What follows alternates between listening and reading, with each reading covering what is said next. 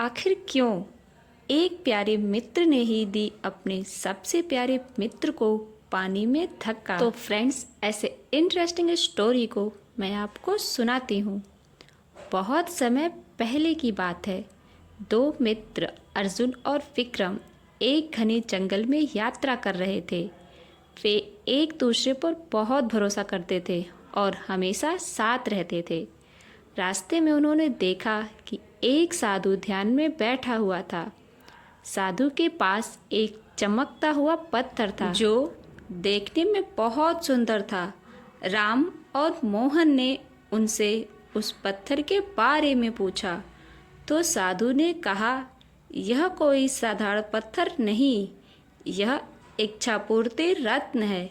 जो इसे अपने पास रखेगा उसकी सभी मनोकामनाएं पूरी होंगी। राम और मोहन बहुत उत्साहित हो गए। उन्होंने साधु से पूछा कि यह पत्थर कैसे प्राप्त किया जा सकता है।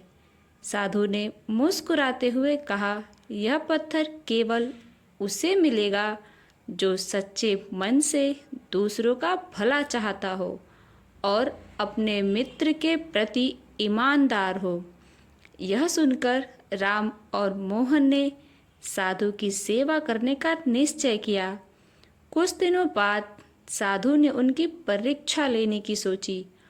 उन्होंने दोनों मित्रों को बुलाया और पत्थर देते हुए कहा, आज से यह पत्थर तुम दोनों के पास रहेगा, लेकिन याद रखना यह केवल सच्चे दोस्त के पास ही टिकेगा। राम और मोहन बहुत खुश हो गए। वे अपने घर लौटे और सोचने लगे कि अब उनकी सब इच्छाएं पूरी हो सकती हैं। लेकिन धीरे धीरे राम के मन में लालच आ गया। उसने सोचा, अगर यह पत्थर मोहन के पास रहेगा तो वह भी अमीर बन जाएगा, लेकिन अगर मैं अकेले ही इस शक्ति का मालिक बनना चाहता हूँ तो मुझे कुछ करना पड़ेगा। अगले दिन राम ने मोहन से कहा कि वे जंगल में घूमने चले। मोहन बिना किसी संदेह के साथ चल पड़ा। जंगल में गहरी जगह पहुंचने के बाद राम ने अचानक मोहन को धक्का दे दिया। मोहन एक गड्ढे में गिर गया और मदद के लिए चिल्लाने लगा, लेकिन राम ने उसकी एक न सुनी और जल्दी से पत्थर लेकर भाग गया। जब राम गांव पहुंचा तो उसने खुशी खुशी पत्थर को अपनी जेब में रखा और इच्छा कि वह सबसे अमीर आदमी बनना चाहता है अपने मन में संजोए रखा। लेकिन जैसे ही उसने इच्छा की, पत्थर अचानक एक साधारण कंकड़ में बदल गया। राम घबरा गया और साधु के पास दौड़ कर गया।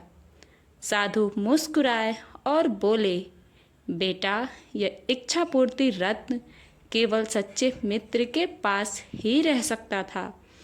तुमने अपनी दोस्ती के साथ विश्वासघात किया, इसलिए अब यह किसी काम का नहीं रहा।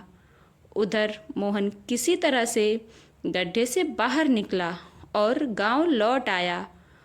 जब उसे राम की सच्चाई पता चली तो उसने राम से हमेशा के लिए नाता तोड़ दिया। राम ने अपनी दोस्ती और अपने सबसे बड़े खजाने, अपने सच्चे मित्र को खो दिया था। फ्रेंड्स, हमें इस कहानी से यह शिक्षा मिलती है, सच्ची दोस्ती विश्वास और ईमानदारी पर टिकी होती है।